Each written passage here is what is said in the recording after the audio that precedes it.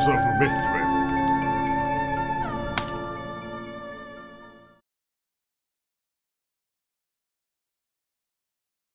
Scales of Justice.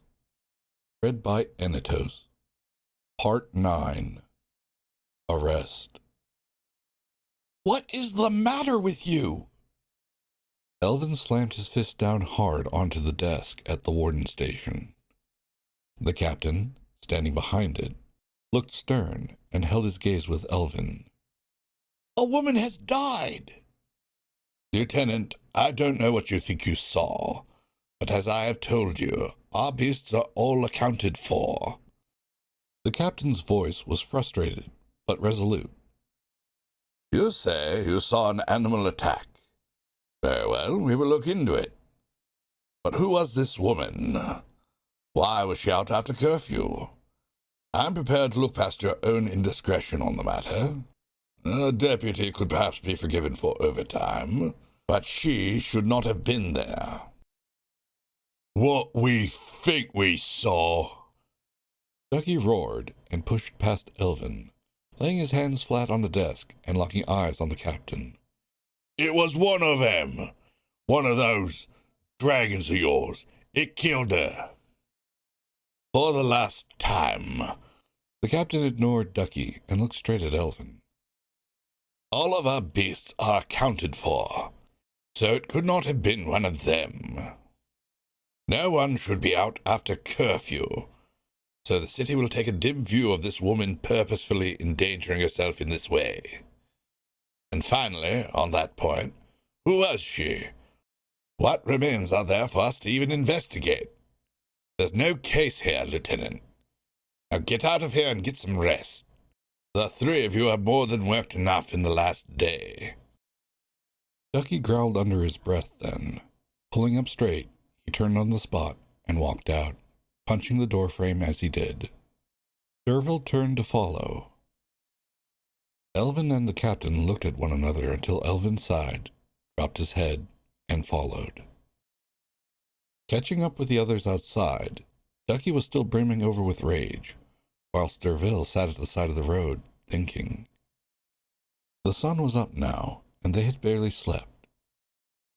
We have to do something, Derville said as Elvin walked up.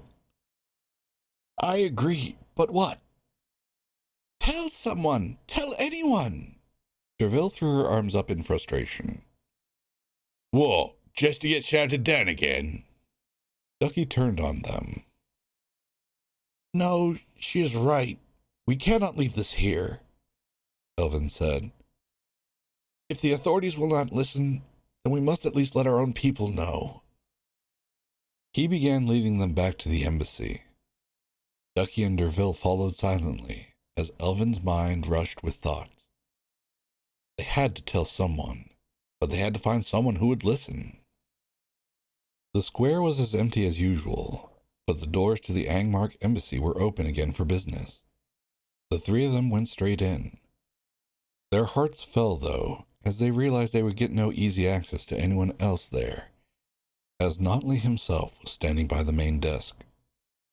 Ah, good morning again, he said through thinly veiled annoyance. Chancellor, Elvin began, there's been a serious incident in the city. It is vital that we speak to the military attaché.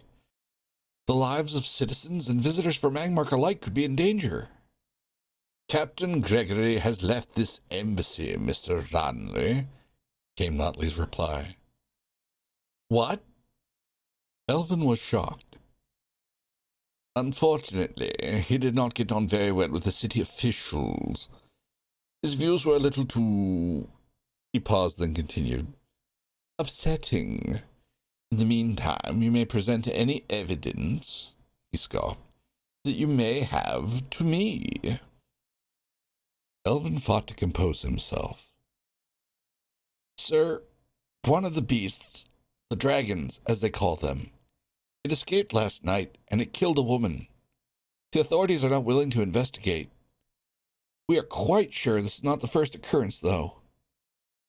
Notley sighed. You're not a very scientific man, are you, Mr. Ranley? Notley's voice was edged in mockery. Sir? These creatures, these dragons, how much do you even know of them? But we saw it, sir, with our own eyes. Eyes may be deceived, Mr. Janley, but a keen mind cannot be. I have made an extensive study of this country in my time here. Elvin fought back a scowl. He knew well how little time Notley could have spent doing so. And while their ways may seem different to ours, their civilization, well, it works. We could learn a lot from them, you know. These creatures they have taken to using, they are recent additions, certainly. They were discovered a few years ago, I believe, in the remoter deserts. Some scholars say they are perhaps descendants of the old dragons. This is neither time nor place for fairy stories. These beasts may look similar, but they are far more witless, nothing like their narrative ancestors.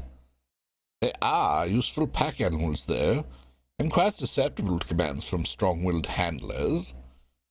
They could not break out any more than a pet dog could break out of a locked house. But, sir, they did, Elvin cut in. Mr. Rodney, that is quite enough. I am encouraged to deny your papers entirely if this is how you plan on behaving here. Notley drew himself up with all the pomp and vigor he could muster. Elvin was about to speak, but he drew back and saluted. Turning on his heel, he marched to the door. The others followed, though Ducky took a moment to make a gesture to Notley first. As they caught up with Elvin, they found he had stopped at the doorway. Outside, they could make out the figures of about 20 armed wardens, standing in a broad semicircle. "What is going on?" Elvin whispered under his breath. Sergeant Amon stepped forward. "Lieutenant," the sergeant called, "concerns have been raised about your behavior these last 2 days. We should like you and your companions to come with us to answer some questions." "What is the meaning of this?" Elvin called back. "Please come down, and we will escort you back to the station." The sergeant continued in a loud, formal voice. "This is absurd!" Elvin turned to look at the others. He saw Notley walking over to see as well.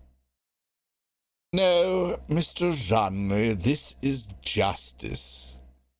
If you will go about making a mischief, then there are repercussions. Those of us that represent the Crown here at the embassy may enjoy some liberties in the city. But, as I have told you before, there is an expectation that travelers such as yourself acclimatize, or, at the absolute least, obey the law." "You want us, come and get us," Ducky shouted to the wardens. "Mr. Repton," the sergeant called, "we will not compound your misdeeds with our own. Come out of the embassy, and we will deal with you officially under our own jurisdiction." "They can't come in," Derville said, turning to Elvin. "Maybe if we—" Her voice trailed off, though, as Notley moved. "Oh, be off with you, you confounded nuisance!" he shouted, and shoved Derville hard through the doorway. Elvin and Ducky rounded on him as Derville stumbled, only just catching her balance as she fell out into the square. "You vile creature!" Elvin shouted, rounding on Notley and grasping the hilt of his sword. "Now, now," Notley said, backing away slightly, a faint tremor in his voice. "Do not do anything rash." "Elvin!" Derville called. Wardens were attempting to grab her hands and bind them. She was dodging as best she could, but more were closing in. Elvin and Ducky turned and ran out to her. Behind them, the doors of the embassy slammed shut. "Sergeant!" Elvin called. "Wardens, listen, please!" Sergeant Amon walked up to Elvin, a pair of shackles in his hands. "Lieutenant Elvin Ranley, you are under arrest for disturbing the peace, spreading false rumors, and inciting anger." He did not finish, though, as Ducky's fist came round at him.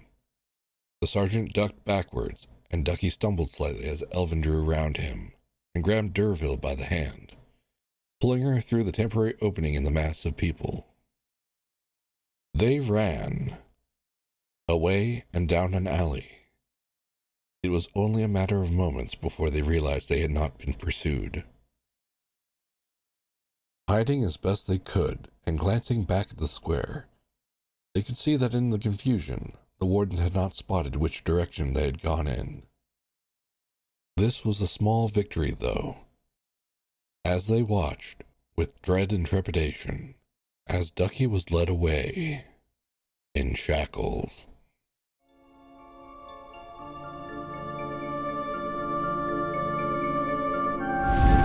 Tales of Mithrym are written by Jimmy Clephane.